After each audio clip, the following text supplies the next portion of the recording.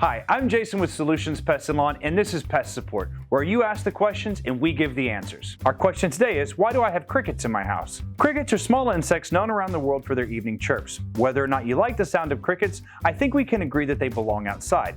So why would they invade homes? You may not know it, but crickets are among a group of insects that can overwinter in people's homes. When weather conditions become too harsh, these insects will invade homes in search of warmth and shelter. They'll use openings in walls, cracks, and crevices to invade your structure, and they'll cluster behind appliances or anything else that can generate heat. They'll even feed on fabrics and burrow themselves in between your floor and baseboards. Once it gets warm again, they can become active and seem to infest your structure. You can stop crickets from invading in the first place by spraying residual insecticides along your baseboards and entry points and baiting outside.